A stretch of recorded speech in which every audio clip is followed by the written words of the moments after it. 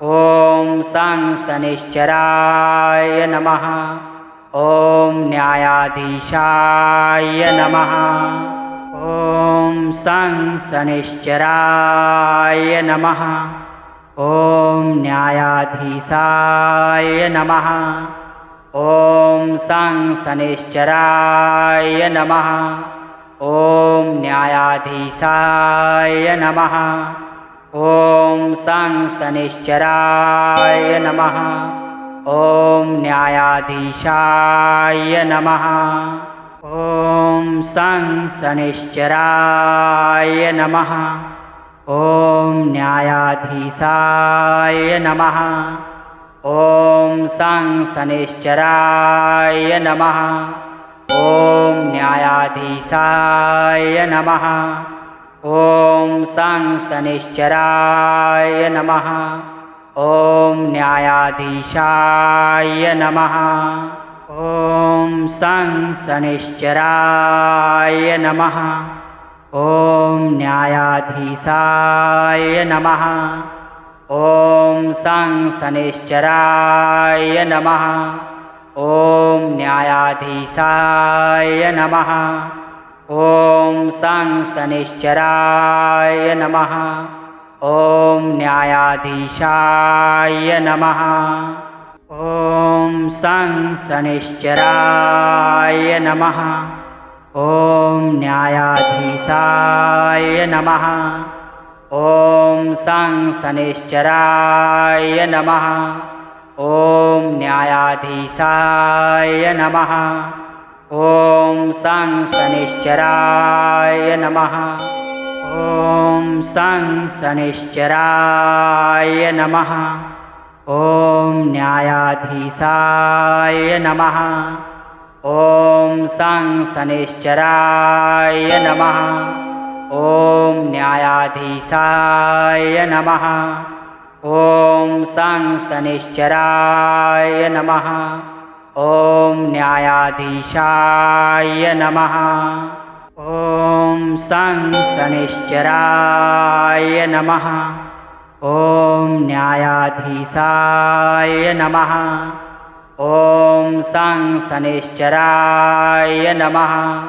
ॐ न्यायाधीशाय नमः। ॐ सं शनिश्चराय नमः। ॐ न्यायाधीशाय नमः। ॐ सं शनिश्चराय नमः। ॐ न्यायाधीशाय नमः। ॐ सं शनिश्चराय नमः। ॐ न्यायाधीशाय नमः। ॐ सं शनिश्चराय नमः। ॐ न्यायाधीशाय नमः। ॐ सं शनिश्चराय नमः। ॐ न्यायाधीशाय नमः। ॐ सं शनिश्चराय नमः। ॐ न्यायाधीशाय नमः। ॐ सं शनिश्चराय नमः। ॐ न्यायाधीशाय नमः। ॐ सं शनिश्चराय नमः। ॐ न्यायाधीशाय नमः। ॐ सं शनिश्चराय नमः। ॐ न्यायाधीशाय नमः। ॐ सं शनिश्चराय नमः। ॐ न्यायाधीशाय नमः। ॐ सं शनिश्चराय नमः। ॐ न्यायाधीशाय नमः। ॐ सं शनिश्चराय नमः। ॐ न्यायाधीशाय नमः। ॐ सं शनिश्चराय नमः। ॐ न्यायाधीशाय नमः। ॐ सं शनिश्चराय नमः। ॐ न्यायाधीशाय नमः। ॐ सं शनिश्चराय नमः।